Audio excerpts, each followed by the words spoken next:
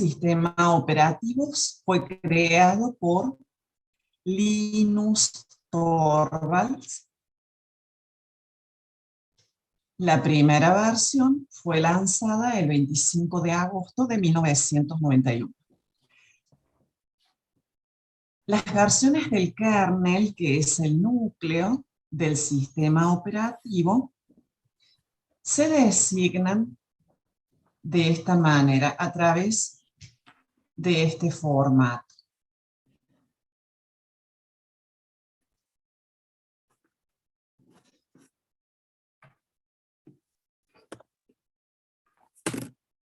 Entonces, el kernel es aquella parte del sistema operativo que está más cercana al hardware. El kernel es la capa del sistema operativo que se encuentra en contacto directo con el hardware de la computadora. ¿Me están escuchando bien? Sí, profe, Un poco sí. trabado, pero bien, profe. Sí, claro. Una consulta, profe, rápida. No sé si dijo nomás la cantidad de integrantes por grupo. Bien, perfecto.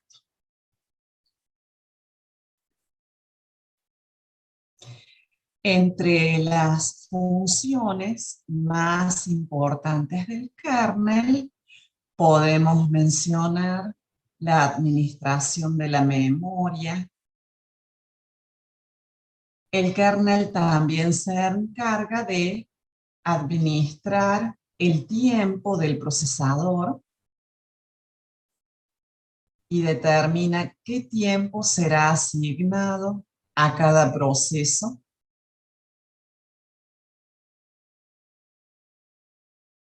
Y el kernel es modular. ¿Eso qué significa? Como su nombre lo indica, el kernel está compuesto por módulos.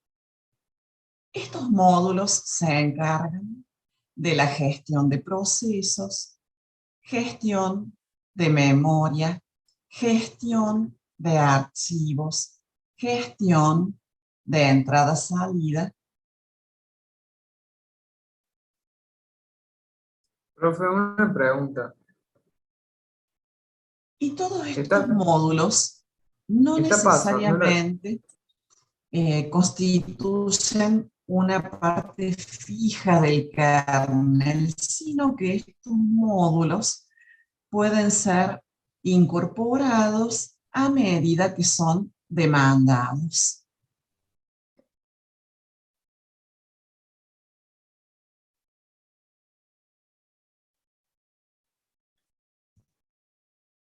A ver, estoy leyendo que Sí, sí, claro, no nos con la escuchan. primera diapositiva. Ahora sí los escucho.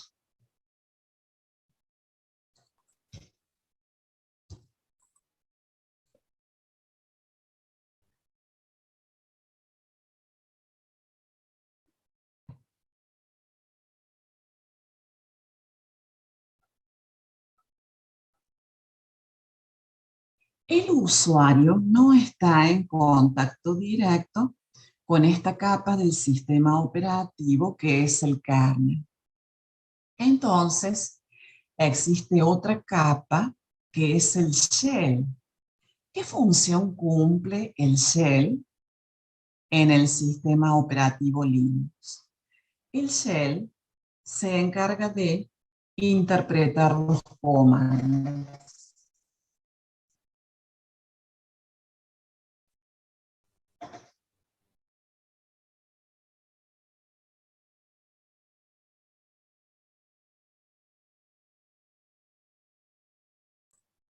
Profe, disculpe. Clary, quedaste en la primera diapositiva, no avanzás.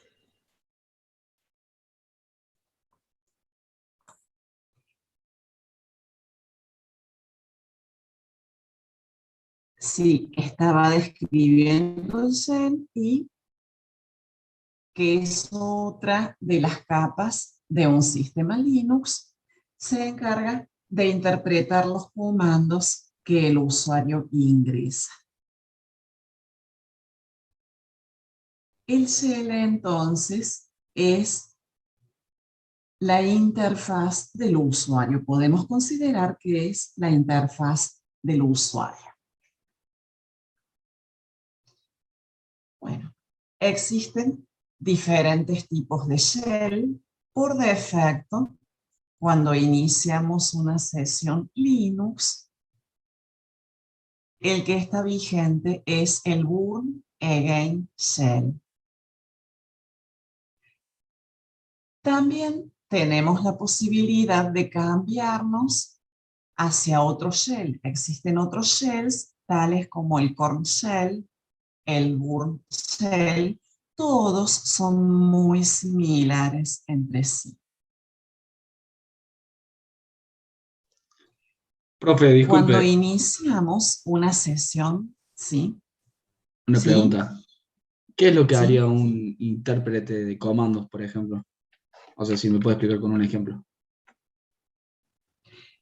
Mm, digamos que esa interpretación, esa función que cumple el shell, no es visible directamente para el usuario. El usuario ingresa un comando, el shell lo interpreta y realiza las acciones necesarias para que el usuario pueda obtener en la pantalla la correspondiente respuesta.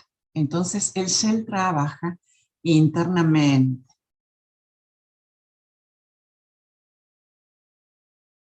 Entonces, gracias a la intervención del shell, el usuario puede obtener la respuesta en pantalla al comando que ingresa.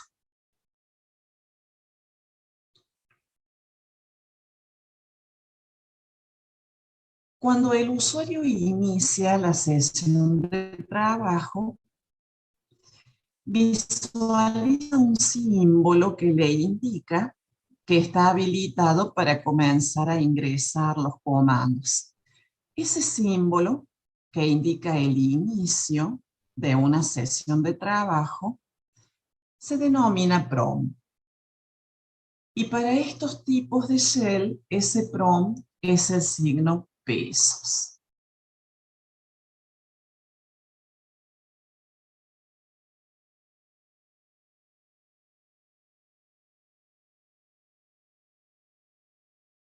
¿Por qué aquí aparece un simbolito? Un símbolo que es el numeral. El símbolo numeral le indica al usuario que está trabajando como superusuario. El superusuario es aquel usuario que tiene todo el poder sobre el sistema operativo. Entonces, la sesión de superusuario se identifica con el símbolo numeral, mientras que este signo pesos identifica la sesión de trabajo de los usuarios comunes. Entonces, ¿qué diferencia al administrador o superusuario del usuario común? El superusuario tiene permisos absolutos, tiene el poder absoluto sobre el sistema operativo, tiene acceso a todos los archivos, puede modificar los permisos de acceso hacia todos los archivos, mientras que los usuarios comunes tienen permisos restringidos, no pueden modificar cualquier archivo. Cada usuario puede modificar los permisos de acceso de sus propios archivos, mientras que el superusuario puede modificar los permisos de acceso de cualquier archivo. ¿Cómo se modifican los permisos de acceso hacia un archivo? Es algo que veremos en clases posteriores. ¿Quién Profe, se encarga Sí, yo les voy a pedir que las consultas las hagan por chat para que la licenciada Zancanaro les pueda ir respondiendo, ¿sí? Bien. Sí, tal como les había mencionado, son muy similares entre sí los shells. Reitero, cuando iniciamos una sesión de trabajo, el shell que está vigente es el Burn Again Shell.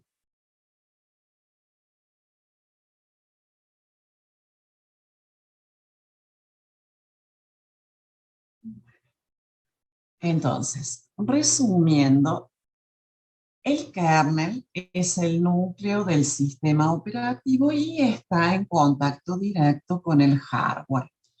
Mientras que el shell es el intermediario entre el hardware y el usuario.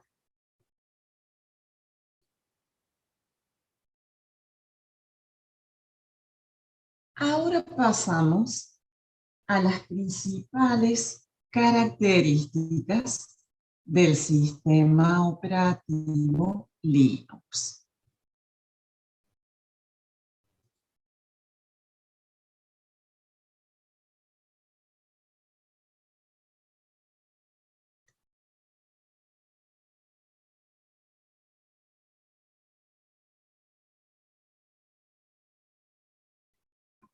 ¿Es libre en qué sentido?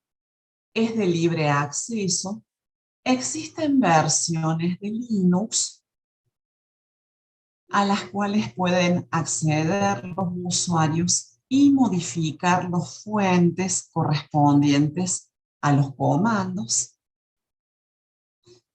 mientras que existen versiones de producción que son versiones estables, ya suficientemente probadas, libres de fallos y que ya no pueden ser modificadas, sino que pueden ser empleados los comandos, pero no modificados.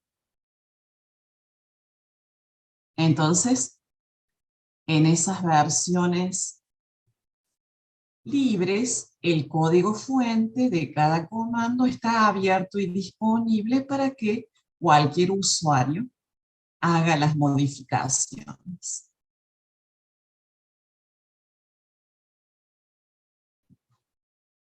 Entonces, las versiones de producción ya son versiones con gran estabilidad y prácticamente libres de fallos.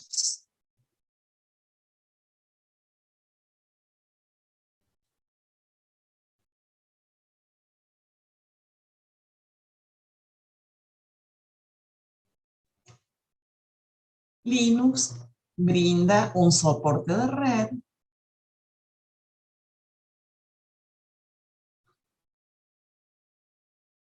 son muy bajos los requerimientos de hardware, cualquiera sea la versión de Linux. Soporta diferentes sistemas de archivos. Los sistemas de archivos Linux son sistemas de tipo EXT.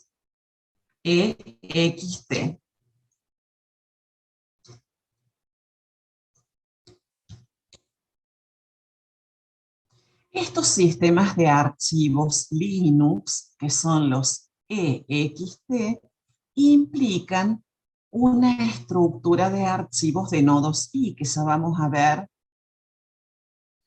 Sí, ya luego vamos a pasar a los directorios, a toda la estructura de árbol Linux, ¿sí? Por ahora estamos viendo las características generales de Linux. Los sistemas de archivos X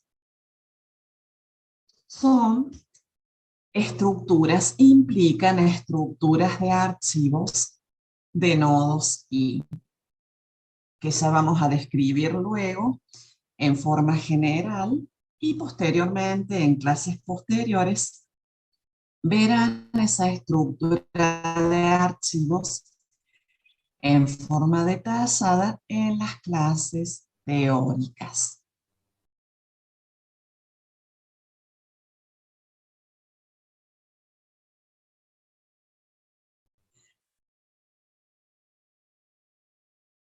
Linux es un sistema de archivos multiusuario.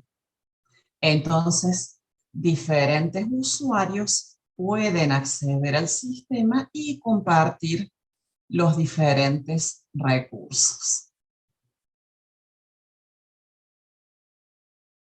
Es un sistema multitarea, entonces pueden ejecutarse diferentes procesos aparentemente en forma simultánea. Entonces, el procesador atiende a cada proceso por un brevísimo lapso de tiempo.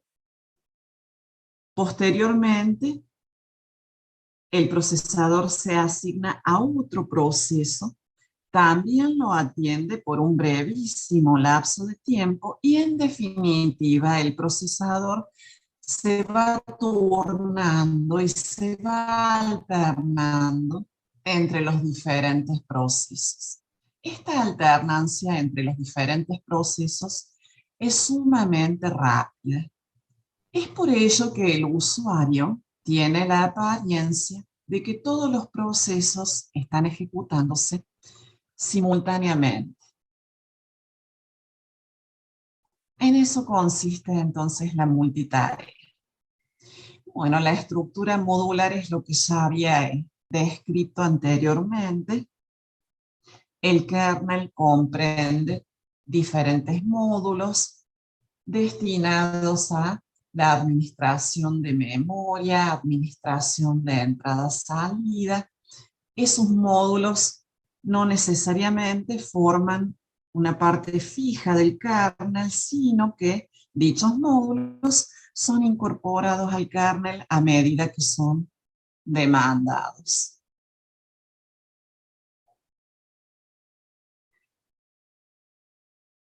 Bueno, entonces estas son las principales características de un sistema operativo Linux. Otra característica que podemos mencionar es la de convivencia, que quizá van a visualizar en el apunte. Entonces, para la parte práctica tendrán un apunte que es Linux, teoría y práctica. Bueno, en ese apunte están descritas estas características de Linux.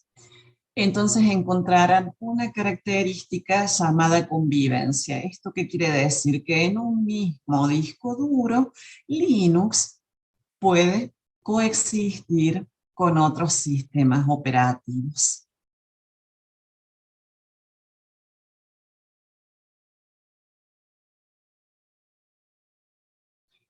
Bueno, hasta que realicen la instalación de Linux, será posible probar los diferentes comandos en emuladores. Por ejemplo, acá tienen diferentes páginas que les permiten acceder a emuladores Linux. El primer trabajo práctico que será solicitado consiste en la instalación de Linux en una máquina virtual.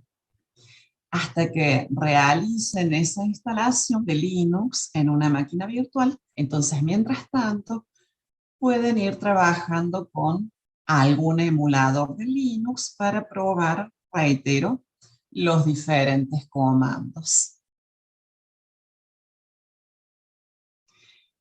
Entonces, aquí tienen la página, el link para acceder a un emulador Linux.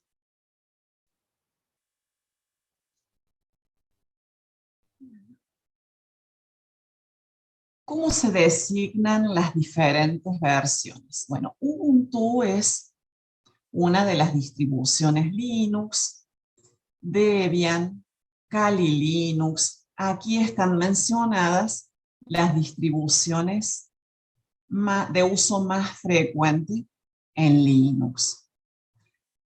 Esas diferentes distribuciones tienen versiones. Las versiones se van liberando aproximadamente cada 6 meses. Entonces, cada distribución tiene diferentes versiones que van surgiendo a medida que se producen actualizaciones en la distribución. Entonces, en la distribución Ubuntu, cuya instalación se solicitará en el primer trabajo práctico, en la distribución Ubuntu, las diferentes versiones que van surgiendo se distinguen de esta manera.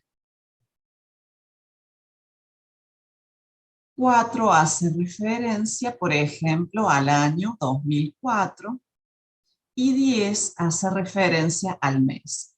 Entonces, la primera versión de la distribución Ubuntu fue lanzada en octubre del año 2004. Mientras que la última versión de la distribución Ubuntu fue lanzada, ¿cuándo? ¿Cuándo fue lanzada la última versión de Ubuntu? En octubre del año 2020.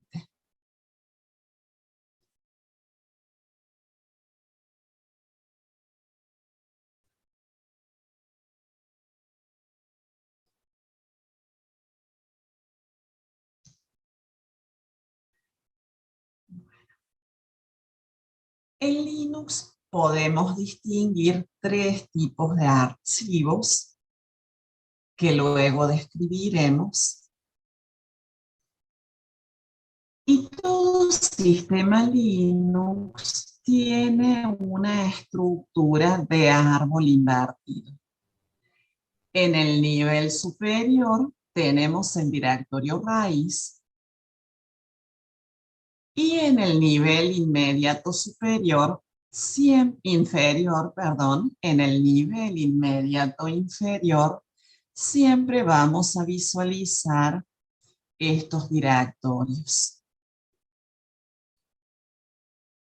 Por ejemplo, el directorio /bin contiene los comandos empleados en el sistema Linux. Entonces ahora vamos a la sesión de trabajo para visualizar cuál es el contenido de este directorio.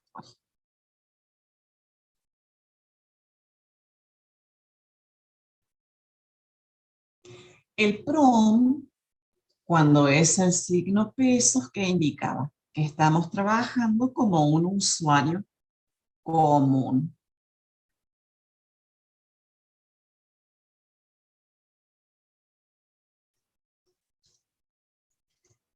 Entonces, vamos a ejecutar el primer comando de esta sesión.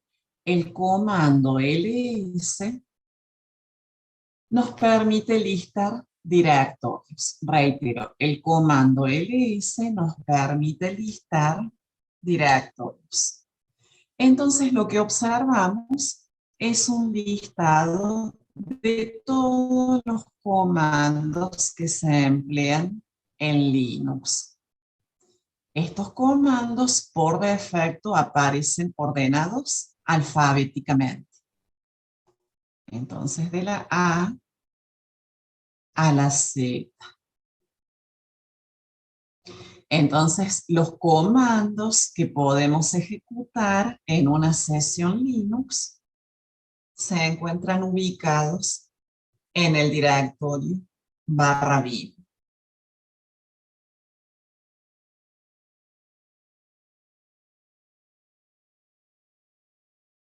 Directorio /etc.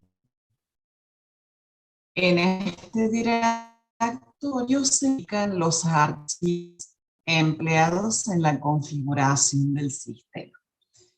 Entonces, vamos a listar el directorio /etc. Para ello ejecutamos el comando ls. Por ejemplo, en este directorio encontramos el archivo llamado passwd. Este archivo llamado passwd, que se encuentra ubicado en el directorio /etc, este archivo contiene información referida a los usuarios que están registrados en el sistema. ¿Quién es el encargado de darle de alta a los usuarios Linux? Es decir, ¿quién es el encargado? ¿Quién será el encargado de crear un nuevo usuario? El superusuario. Excelente. El superusuario no solo tiene el poder absoluto sobre todos los archivos, sino que es el encargado de crear usuarios, eliminar usuarios y también tiene la posibilidad de modificar los atributos de un usuario. ¿A qué le llamamos atributos? El nombre del usuario, el número que identifica al usuario. Entonces, toda esa información referida a un usuario, por ejemplo, el número que lo identifica, el nombre del usuario, pueden ser modificados por el superusuario. Toda esa información referida a cada usuario se encuentra almacenada en el archivo passwd. El superusuario también puede eliminar un usuario. El superusuario también puede crear grupos, eliminar grupos. Entonces, en el directorio /etc se encuentra el archivo group. Este archivo contiene información referida a los diferentes grupos. Cada usuario debe pertenecer a un determinado grupo. Entonces, cuando un usuario es creado, el superusuario le debe asignar un determinado grupo. Es decir, el superusuario debe incorporar a ese nuevo usuario que ha creado a algún grupo. ¿Qué sucede si el superusuario no le asigna un grupo a ese nuevo usuario? En tal caso, el sistema operativo automáticamente crea un nuevo grupo al cual incorpora a este nuevo usuario. Entonces, el sistema operativo crea un nuevo grupo con el mismo nombre que el superusuario asignó al nuevo usuario y lo incorpora a este grupo. Entonces, todo usuario del sistema Linux siempre pertenece a un determinado grupo. Entonces, si el superusuario al momento de crear un nuevo usuario no le asigna un grupo, de eso se encarga el sistema operativo. Entonces, reitero, en tal caso, el sistema operativo crea un nuevo grupo con el mismo nombre que el superusuario le asignó al nuevo usuario.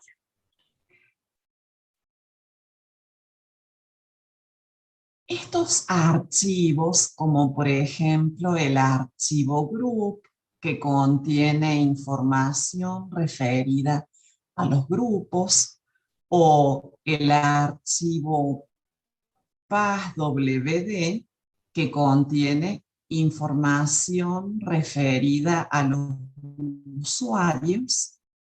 Todos estos archivos pueden ser visualizados por cualquier usuario. Cualquier usuario puede visualizar el contenido de estos archivos.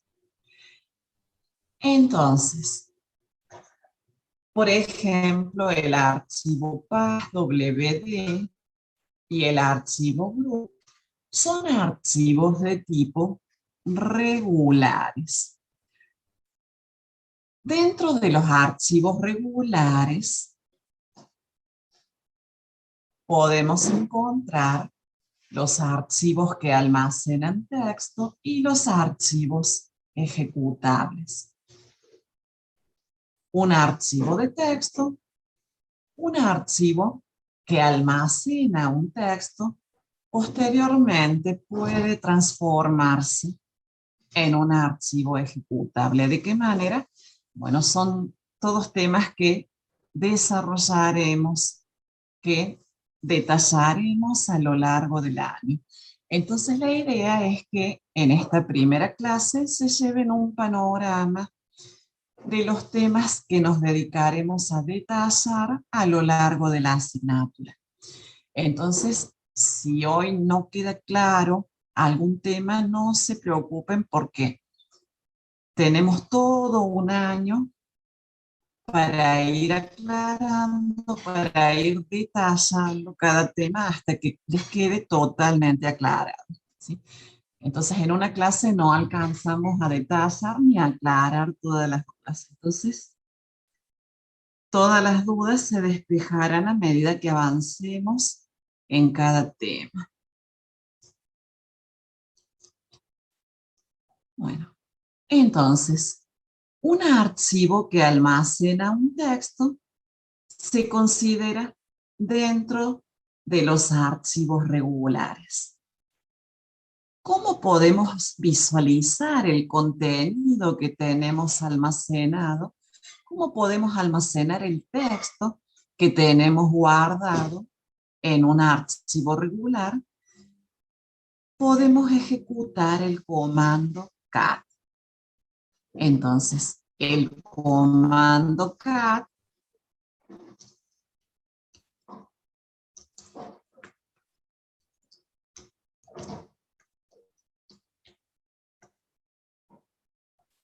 permite visualizar el texto almacenado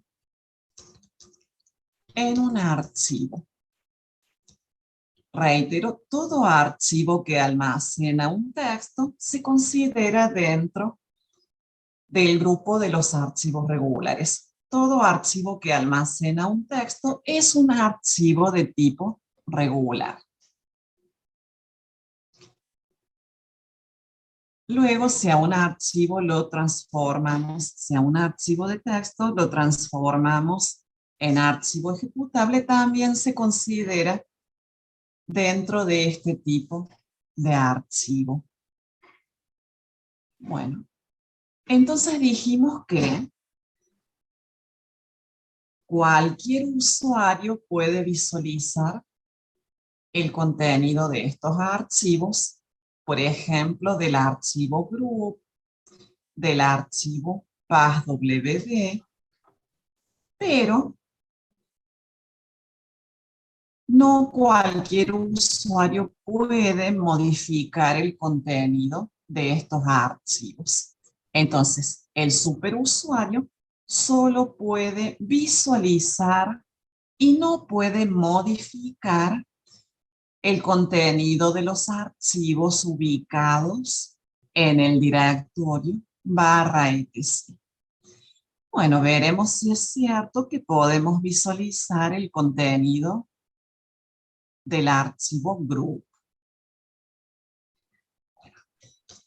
Ejecutamos el comando cat. ¿Pudieron acceder al emulador Linux para que vayan probando estos primeros comanditos básicos? Aquí Profe, les ¿nos podrá, muestro. ¿Nos Sí, podrá poner el ahora, link en el chat? sí, ahora voy al otro archivito. Aquí tienen el link de uno de los simuladores Linux que están disponibles. Entonces, estos simuladores Linux son muy útiles para probar los comandos básicos hasta que realicen la instalación de Linux.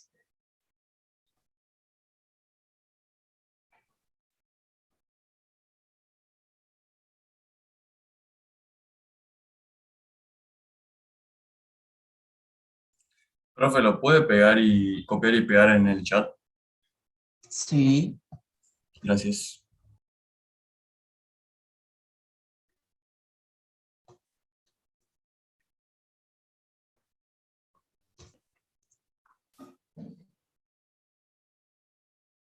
sí, perfecto. Uno de sus compañeros ya pegó el link en el chat.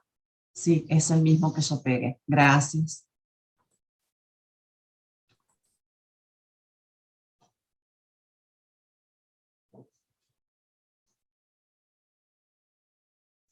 Bueno, entonces cat, pero no vamos a ingresar solamente el nombre del archivo. ¿Por qué? Porque no lo encuentra. Entonces debemos especificar la ruta. Cat barra, ¿y dónde está el archivo group? ¿Dónde está ubicado el archivo group? El archivo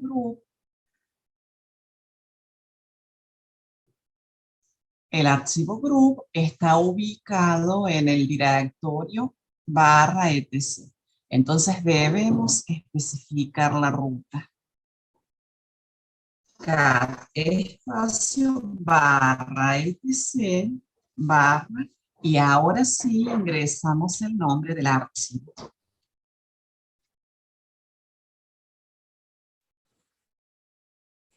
Entonces, en el primer campo visualizamos el nombre del grupo. En el siguiente campo visualizaríamos la contraseña del grupo. Si no está asignada, si el grupo no tiene aún asignada una contraseña, en el segundo campo visualizamos una X. Y de lo contrario, una vez que se establece la contraseña, la vamos a visualizar, pero en forma encriptada. Y en el tercer campo, visualizamos el número que identifica al grupo, es decir, el Group Identifier.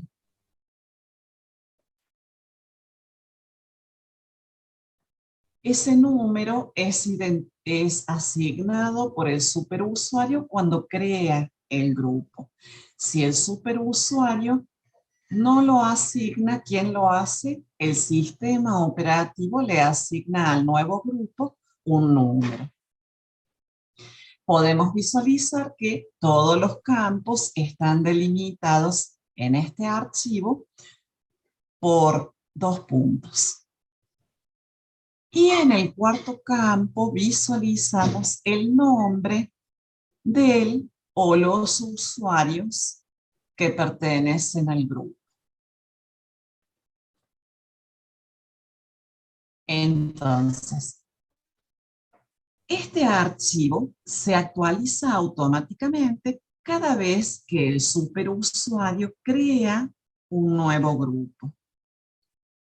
Entonces, cuando el superusuario crea un nuevo grupo, este archivo se actualiza automáticamente y se agrega en el archivo una nueva línea correspondiente al grupo que acaba de ser creado. Entonces, estamos comprobando que cualquier grupo, cualquier usuario puede visualizar el contenido de este archivo, pero el usuario común no lo puede modificar. ¿Cuándo se modifica este archivo? ¿Cuándo se modifica el contenido de este archivo?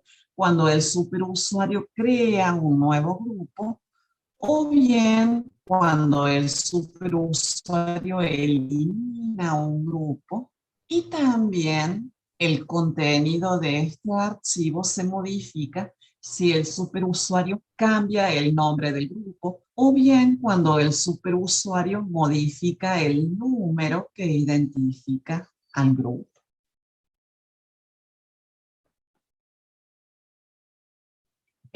Entonces, ya estamos pudiendo visualizar que existen diferentes niveles de acceso. Entonces, los usuarios comunes solo pueden leer este archivo, pero no pueden modificar su contenido. En clases posteriores veremos de qué manera se pueden modificar los permisos de acceso hacia un archivo, tal como les indiqué anteriormente. Los usuarios comunes solo pueden modificar los permisos de acceso hacia sus propios archivos.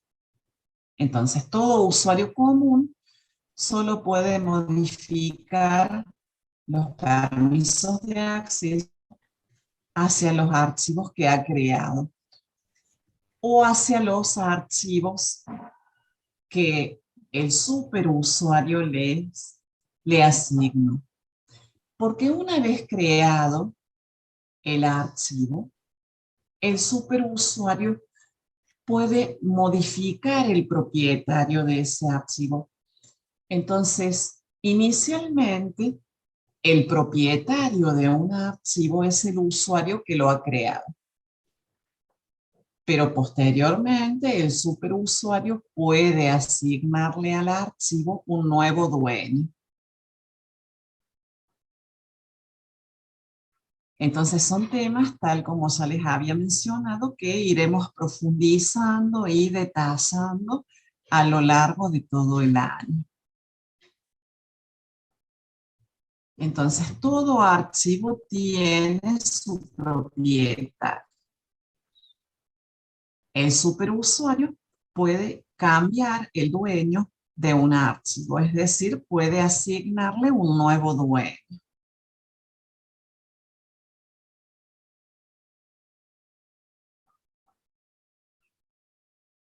Volviendo a los tipos de archivos. Otro tipo de archivos que podemos distinguir en Linux son los archivos especiales. Los archivos especiales son los que representan a los dispositivos. ¿Dónde se encuentran ubicados? ¿A qué dispositivos nos referimos? A dispositivos de almacenamiento, que son aquellos que almacenan información en bloques de tamaño fijo. ¿Qué otro tipo de dispositivos existen? Los dispositivos de entrada-salida. ¿Dónde se encuentran ubicados los archivos especiales? Los archivos especiales se encuentran ubicados en el directorio /dir. Cualquier usuario puede listar este directorio. ¿Cuál era el comandito que nos permitía listar directorios? El comando que nos... ¿Cuál comandito? ls. Excelente. El comando ls viene de la palabra list. Entonces nos permite listar directorios. Por ejemplo, el directorio /dir.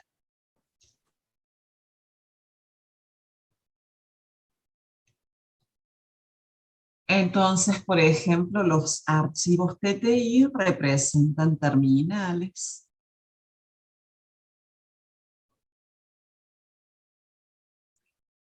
El el usuario común solo puede listar estos directorios, pero no puede modificar el contenido. Entonces, el usuario común solo tiene permiso de lectura sobre estos directorios que se encuentran ¿dónde? En el nivel inmediato inferior con respecto al directorio raíz. Bueno, ¿Cómo dijo, profe? Disculpe. el superusuario, el usuario común solo tiene permiso para visualizar estos directorios. Entonces, el usuario común solo puede listar estos directorios que se encuentran en root o directorio raíz. Pero el usuario común no puede modificar el contenido de estos directorios. Es decir, que el usuario común solo tiene permiso de lectura sobre estos directorios que se encuentran en root. Directorio root es lo mismo que directorio raíz.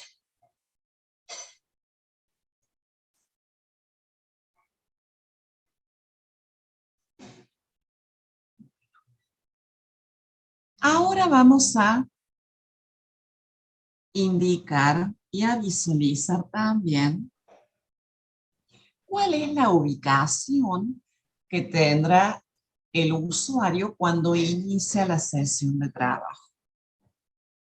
Cuando inicia la sesión de trabajo, siempre el usuario estará ubicado en su directorio de conexión o también llamado directorio de usuario o directorio de login. Entonces, ese directorio en el cual queda posicionado el usuario cuando inicia la sesión de trabajo es su home directory. En el directorio home se encuentran ubicados todos los home directory. Cada usuario tiene asignado su propio home directory. Ese directorio tiene sinónimos. Entonces, home directory es sinónimo de directorio de login, directorio de conexión. De login es lo mismo que home directory.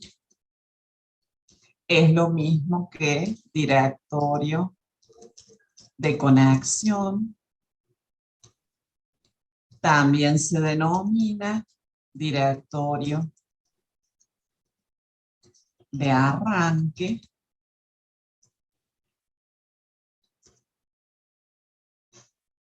Entonces, el usuario común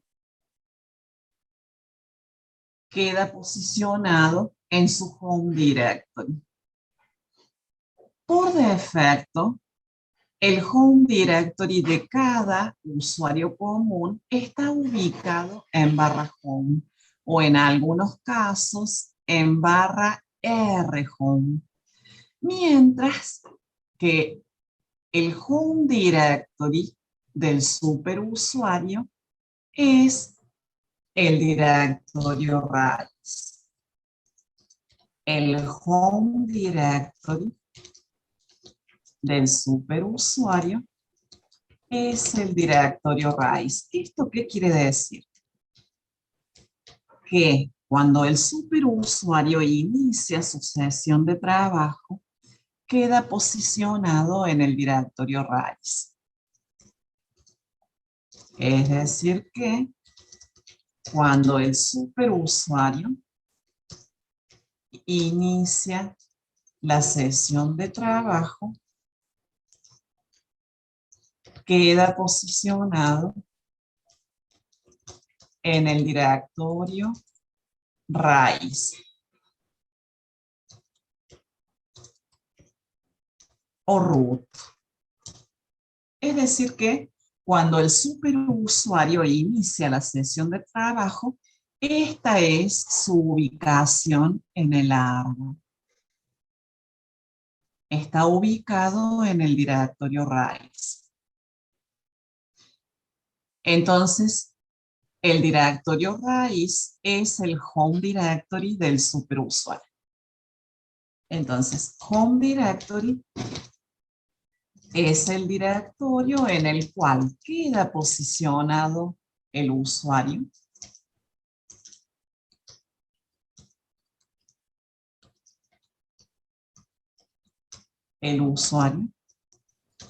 Cuando inicia la sesión de trabajo.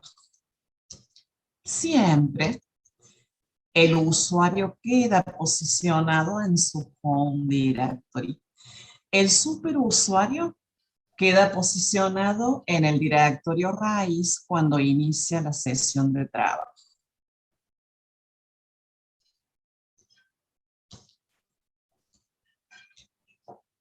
Los home directories de los usuarios comunes generalmente se encuentran ubicados en /home. Entonces agrego esto también. Los home directory de los usuarios comunes generalmente se encuentran ubicados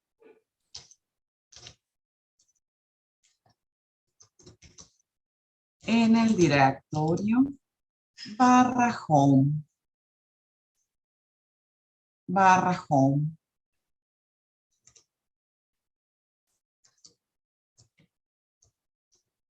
O en el directorio /rhome. Entonces, no hay que confundir home con home directory.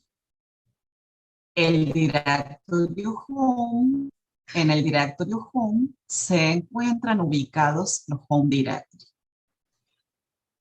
Entonces, siempre cuando un usuario inicia la sesión de trabajo, queda posicionado. ¿Cuál es su posición en el árbol? Queda posicionado en su home directory. Y luego, gracias a la estructura de árbol invertido, el usuario posteriormente, a lo largo de la sesión de trabajo, puede cambiar, puede modificar su posición en el árbol.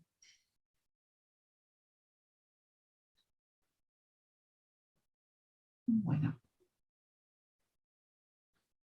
Creo que no les mencioné al comienzo, en los últimos 5 minutitos de la clase van a responder un breve cuestionario de 2 preguntitas muy sencillas y de esa manera queda la evidencia de la clase. Es algo que se solicita en todas las cátedras. Entonces, al final de la clase les voy a habilitar ese pequeño cuestionario que se resuelve en un par de minutos. Me faltó decirles eso al comienzo.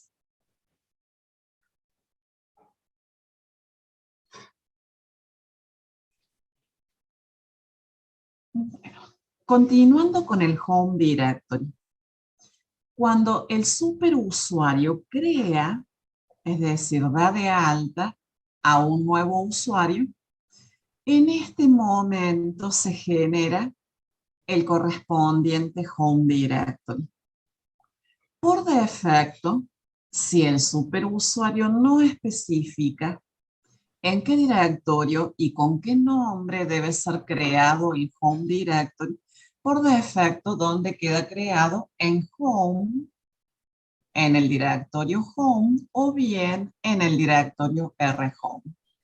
Entonces, cuando el superusuario, reitero, crea un nuevo usuario, en este momento se genera el home directory.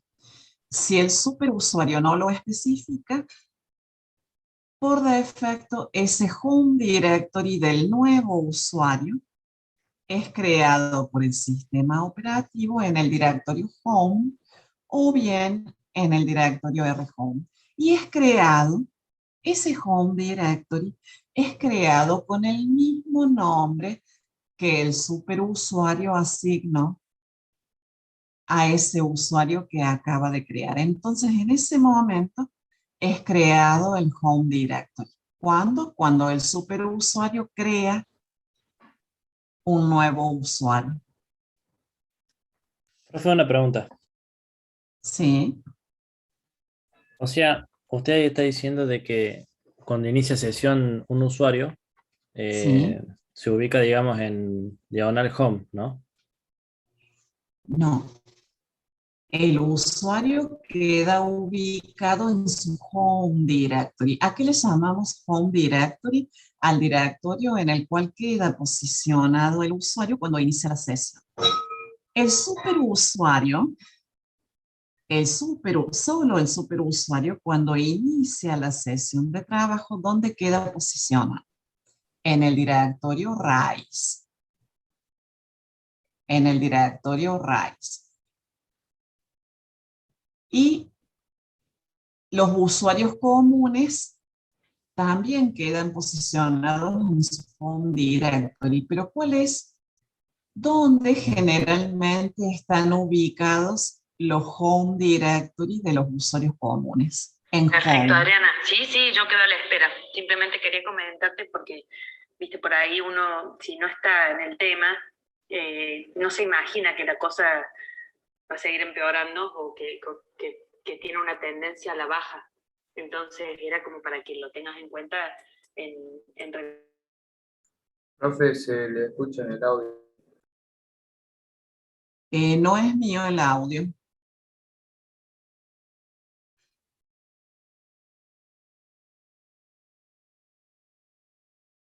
Sí, no sé de quién era, no era mío el audio.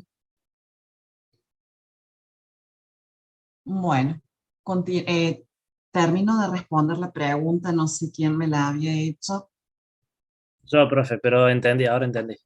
Entonces, generalmente, es decir, por defecto, cuando son creados los usuarios, el home directory, donde queda creado en home. Entonces, home no es home directory. Home es el directorio que contiene los home directory de los usuarios comunes.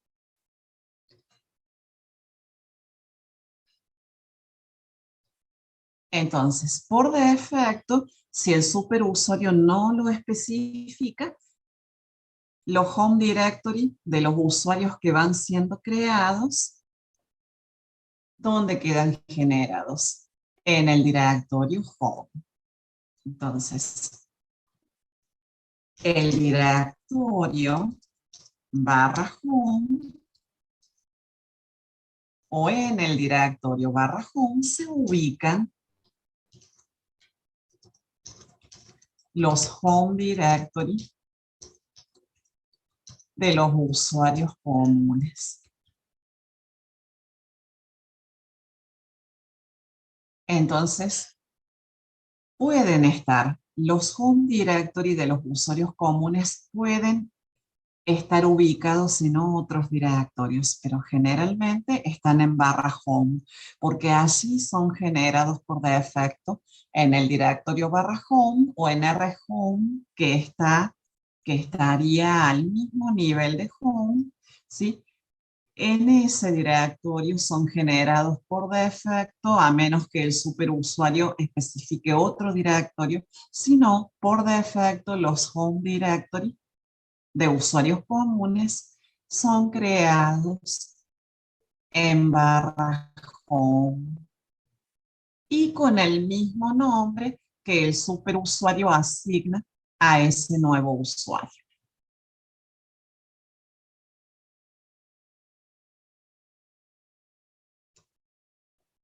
¿sí?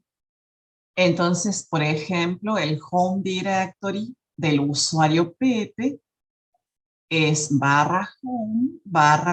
Entonces, cuando el usuario Pepe inicie la sesión de trabajo, queda posicionado en el directorio /home/Pepe. Entonces, siempre el usuario queda posicionado en su home directory. Posteriormente, el usuario puede desplazarse y posicionarse en otro directorio, es decir, a lo largo de la sesión, tal como había mencionado, los usuarios pueden cambiarse y pueden variar la posición en el árbol. Para ello existe un comando específico también, es el comando cd.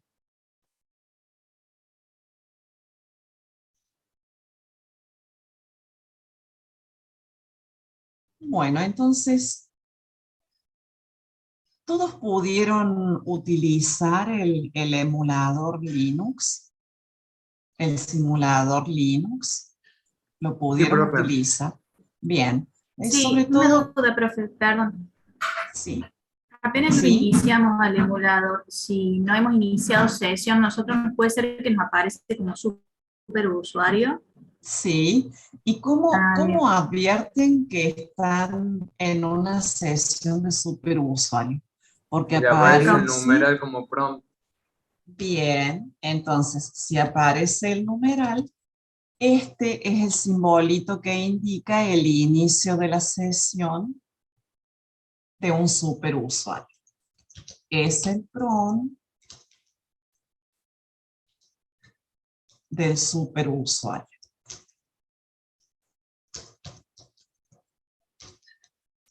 Entonces, este símbolo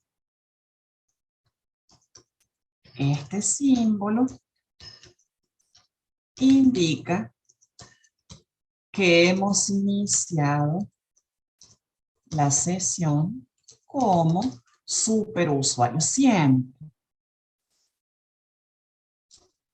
Mientras que si en lugar de ese simbolito visualizamos el signo pesos, ¿qué indica ese prompt? Que hemos iniciado una sesión como Usuario. ¿quién? ¿Como usuario de qué tipo? Un usuario común. Excelente.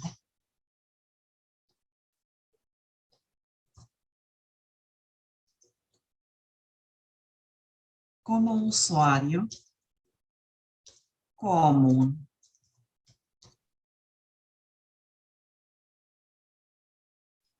Bien, entonces en el emulador están trabajando como superusuario.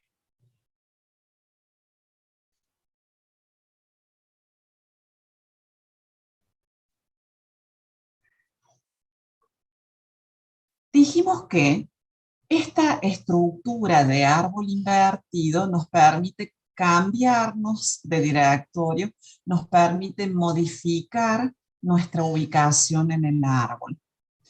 Entonces, si en algún momento no tenemos la certeza respecto a cuál es nuestra ubicación, bien, si ya luego contesto o bien les darán la respuesta por chat. Entonces, si no tenemos la certeza respecto a cuál es nuestra ubicación en el árbol, lo podemos averiguar a través del comando pwd. Este es otro comandito básico que también se puede probar. Entonces, comando pwd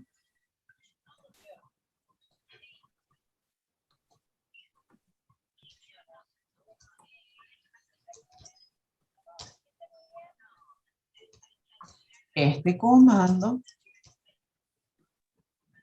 nos permite averiguar, es decir, visualizar cuál es nuestra ubicación en el árbol.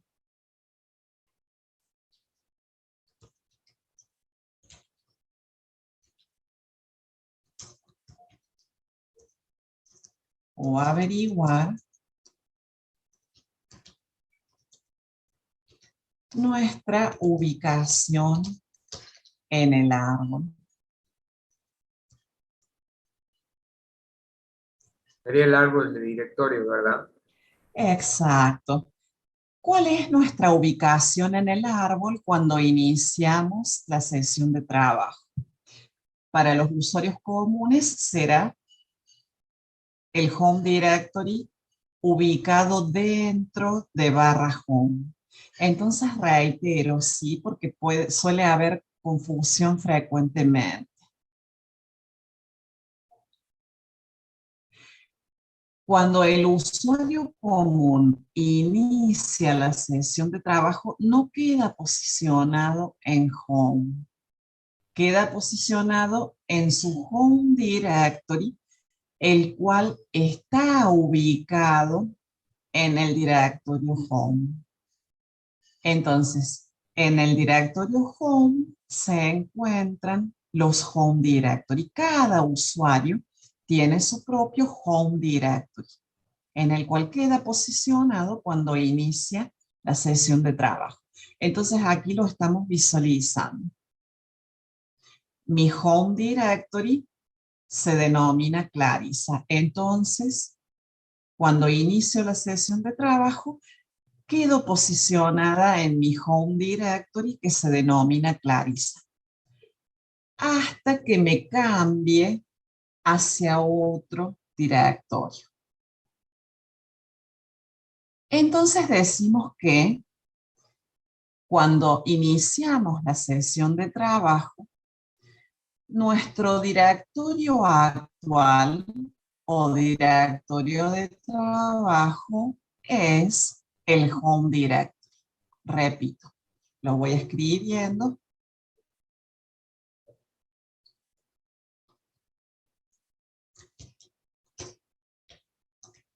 Cuando iniciamos la sesión de trabajo, siempre quedamos posicionados en nuestro home directory.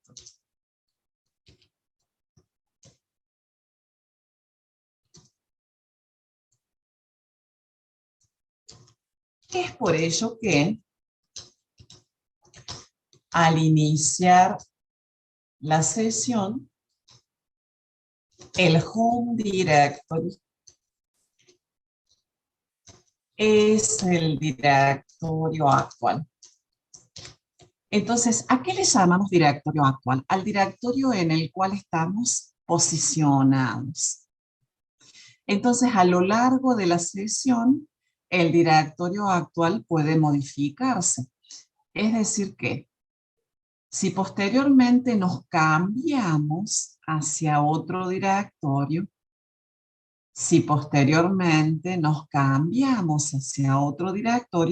el home directory dejará de ser el directorio actual. Entonces, ¿qué es el directorio actual? Es el directorio en el cual estamos posicionados. Entonces, el directorio actual cambia a medida que modificamos nuestra ubicación en el árbol. Es decir que, si nos cambiamos hacia otro directorio, entonces el home directory, ¿qué dejará de ser? Dejará de ser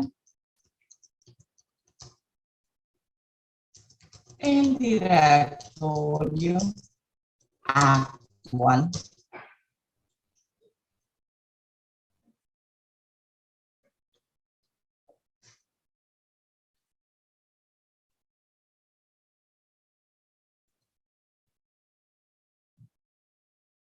Bueno, en mi caso, el home directory es Clarisa. Si yo me cambio hacia otro directorio, Clarisa sigue siendo el home directory, pero deja de ser el directorio actual, porque si me cambio hacia otro directorio, ya no estoy posicionada en mi home directory. Entonces, el home directory sigue siendo el mismo. En mi caso, Clarisa.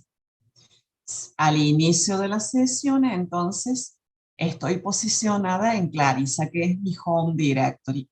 Por lo tanto, al inicio de la sesión, Clarisa es el directorio actual. Es decir, mi home directory es el directorio actual. Pero reitero, si me cambio hacia otro directorio, el home directory, que es Clarisa, deja de ser el directorio actual. El directorio actual, ¿cuál pasa a ser? El directorio al cual me cambio. Entonces, el directorio actual puede modificarse, puede ir cambiando a medida que modifico mi posición en el árbol. Pero el home directory sigue siendo el mismo. El home directory, repito, al inicio de la sesión es el directorio actual, pero el home directory deja de ser el directorio actual si yo me cambio hacia otro directorio. Entonces, el directorio actual se modifica a medida que voy cambiando mi posición en el árbol. Cuando yo me cambio hacia otro directorio, ese directorio pasa a ser el directorio actual. Bueno, lo vamos a ilustrar con un ejemplo. El comando mkdir es el comando que nos permite crear un directorio. Viene de la frase make directory. Entonces, por último, vamos a hacer una prueba. Voy a crear el directorio dire. Bueno, en este caso ya existe. Con ls verifico que ya existía previamente. Voy a crear entonces dire 200.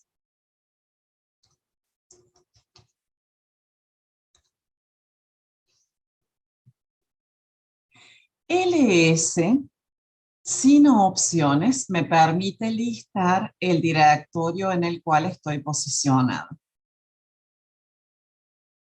ls, repito, solito, sin opciones, sin argumentos, permite listar el directorio en el cual estamos posicionados, es decir, permite listar el directorio actual. Sí, Adriana, ¿querías decir algo? Ah, porque se levantó la mano, debe ser sin querer.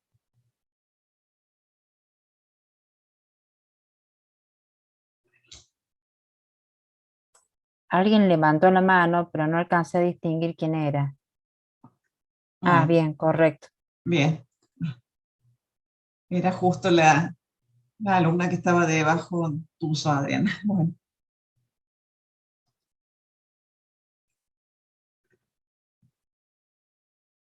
Entonces tenemos dire, ¿dónde estaría creado dire? En mi home directory, que es Clarisa. Dire. Y al mismo nivel tenemos dire 200, que es el directorio que acabo de crear.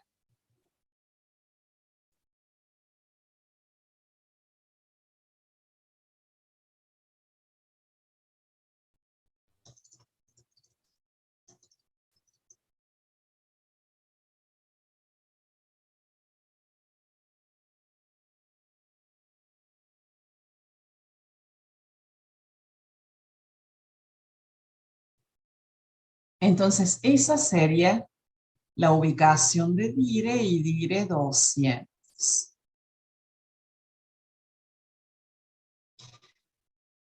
A continuación, me voy a posicionar en dire, es decir, me voy a cambiar hacia el directorio dire.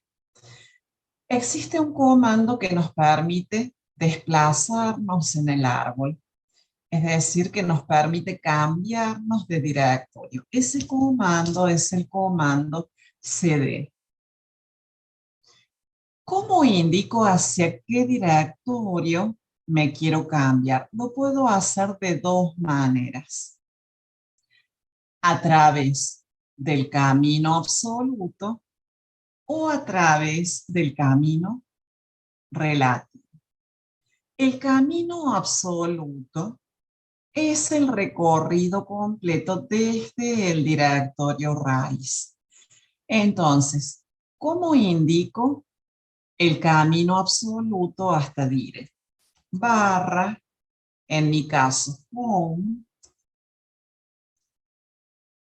barra, Clarisa, que es mi home directory.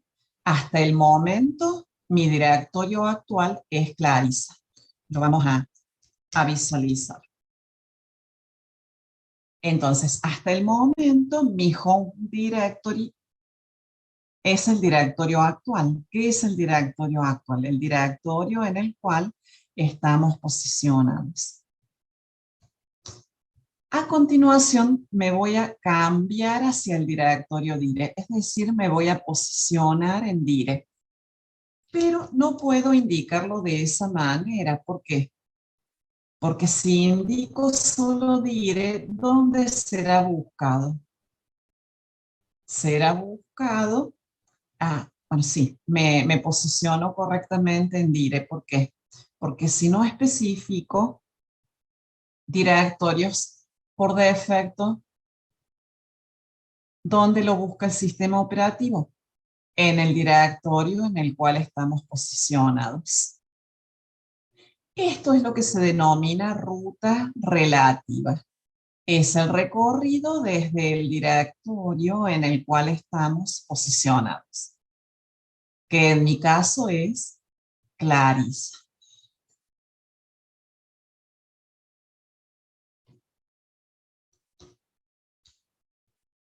Si ejecuto cd, automáticamente vuelvo al home directory. Siempre al ejecutar cd volvemos al home directory.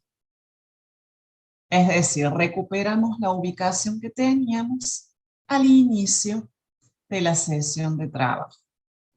Ahora me voy a cambiar a dire 200, pero esta vez voy a utilizar como argumento lo que se denomina camino absoluto o ruta absoluta.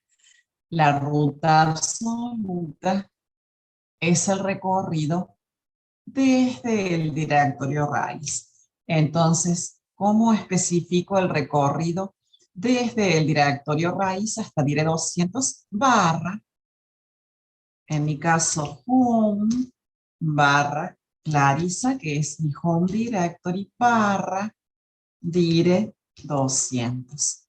Entonces, ahora, mi home directory dejó de ser el directorio actual. Ahora, el directorio actual es dire 200. ¿Por qué? Porque ahora estoy posicionada en dire 200. ¿Y cómo lo averiguo? Ejecutando el comando pwd. Ejecutando el comando pwd, averiguamos en qué directorio estamos posicionados. Entonces, el home directory dejó de ser el directorio actual porque ya no estoy posicionada en mi home directory. Ahora el directorio actual es dire 200. ¿Por qué? Simplemente porque ahora estoy posicionada en ese directorio. Entonces, ¿qué es directorio actual? Es el directorio en el cual nos encontramos posicionados.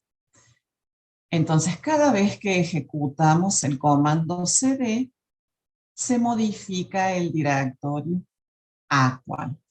Bueno, ahora vamos a la V y van a responder un pequeño cuestionario de 2 preguntitas muy simples.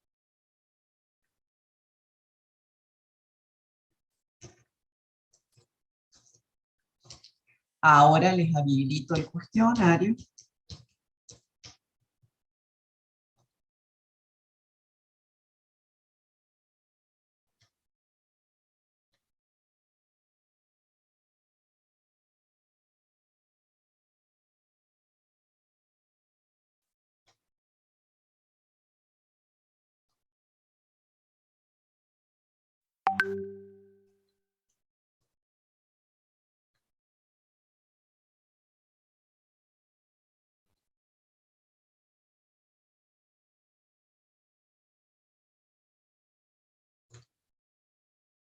Ya está habilitado el cuestionario en la V.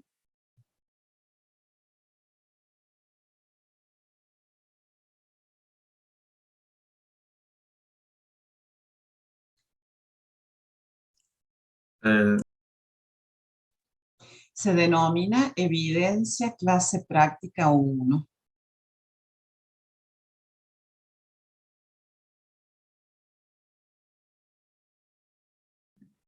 Dice, profe, que va a cerrar en un minuto, porque son las y Bueno, 35.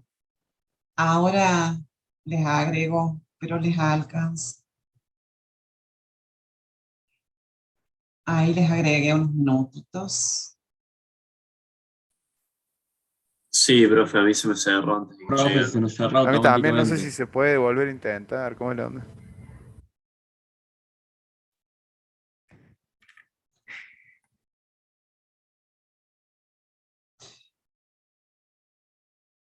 A ver.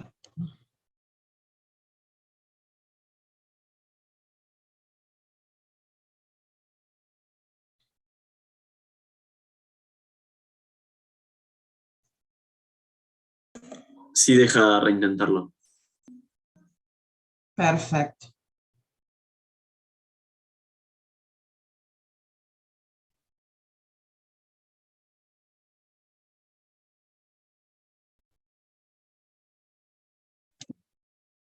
Profe, Sí, disculpe, ¿en qué parte se encontraba?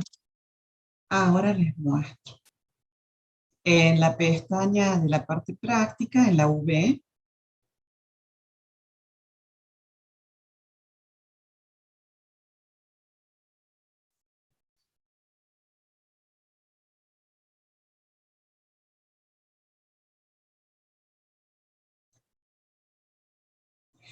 bueno, perfecto. Entonces recuerden que si les interesa el link para acceder a la grabación de la clase, me lo solicitan a esta dirección de mail, desde un mail particular para que tengamos una vía alternativa de comunicación en caso de una eventual caída de V o de autogestión. También si les interesa les puedo enviar el archivito. Aquí está en la pantalla, les estoy compartiendo, ¿lo ven? Es clarinstefanich@gmail.com. ¿Los Los están viendo? PowerPoint, profe, también se los pedimos o los va a subir Sí, a la Moodle. se los envío Bien. para no sobrecargar la V.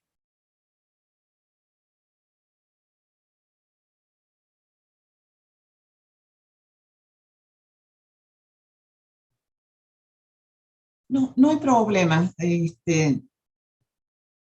Se toma el intento en el cual respondieron el cuestionario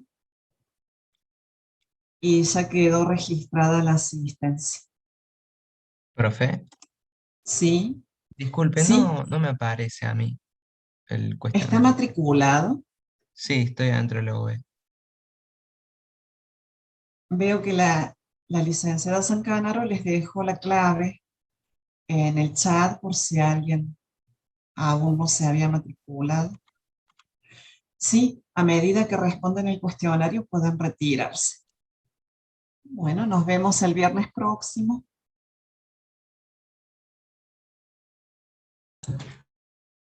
Buen profe. fin de semana para todos. Sí, sí. Hasta luego, profe.